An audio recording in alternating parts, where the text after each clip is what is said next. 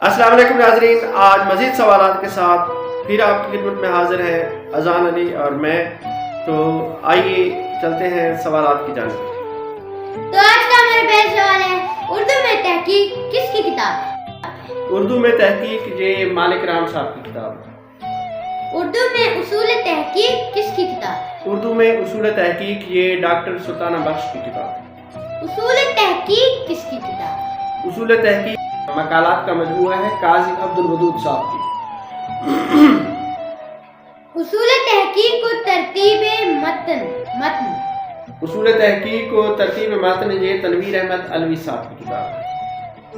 तहकीक के तकाजे किसकी किताब है? तहकीक के तकाजे ये मकाला है डॉक्टर वहीद कुरैशी साहब का। कई चांद थे सरे आसमां किसका नावल है? ये नावल है शम्सुर रहमान फारूकी साहब का, 2006 में ये शाया हुआ था।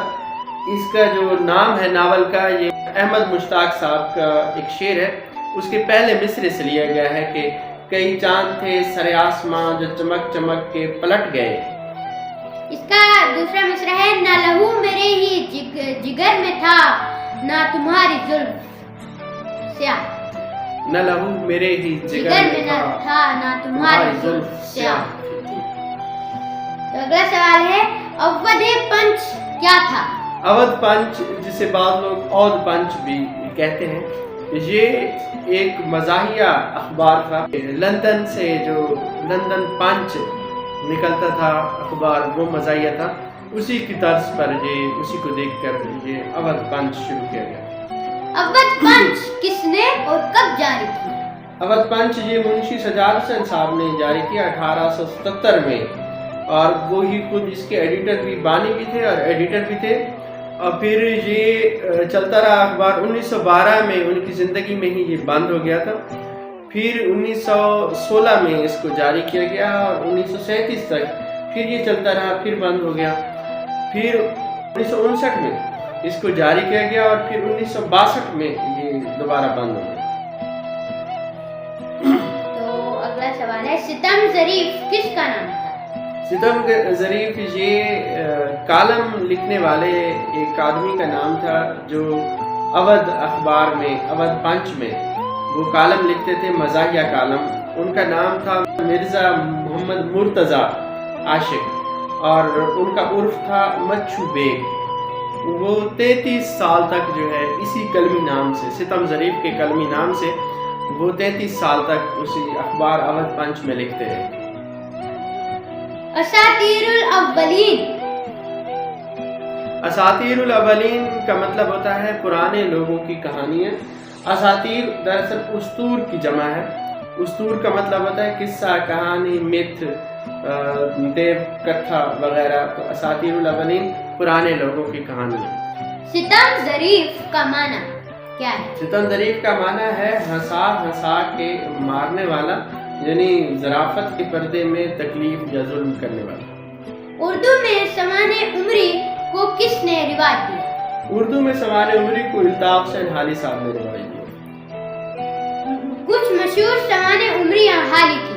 हाल ही की 2 मशहूर समाने उमरियाँ हैं। एक यादगार गालिब है मिर्ज़ा असदुल्लाह खान गालिब की, और दूसरी समाने उमरी उन्होंने लिखी हयात जावेद सर सैयद अहमद खान की।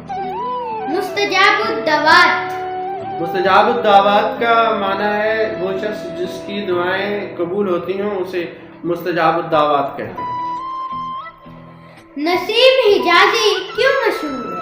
नसीम हिजाजी अपने तारीखी नावलों की वजह से मशहूर हुए थे। इंसान और देवता उनका पहला नावल था। नावल किस जबान का लफ्ज़ है? नावल ये अतालवी ज़बान का लफ्ज़ है। उसके लफ्ज़ नोवेला से निकला है जिसका मतलब होता है नई बात या अनोखी बात। अल्लामा इकबाल की वालिदा और वालिद का नाम? अल्लामा इकबाल की वालिदा का नाम इमाम बीबी और वालिद का नाम है शेख नूर मोहम्मद। सब्ज़ कदम होना मुहावरे का माना है? सब्ज़ कदम होना ये मुहावरा है। इसका माना है मनहूस होना और बदबख्त या नामुबारक होना। धूमधाम तरकीब में धाम क्या है? धूमधाम इस तरकीब में धाम जो है ये मुहमल है और ताबे है धूम के। चिराग सहरी का माना है? चिराग सहरी का मतलब होता है वो आदमी जो करीबुल मर्ग हो, यानी मरने के करीब हो।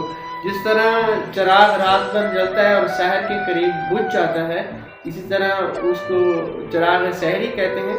तो जो आदमी मरने के करीब हो उसको भी चिराग सहरी कहा जाता है।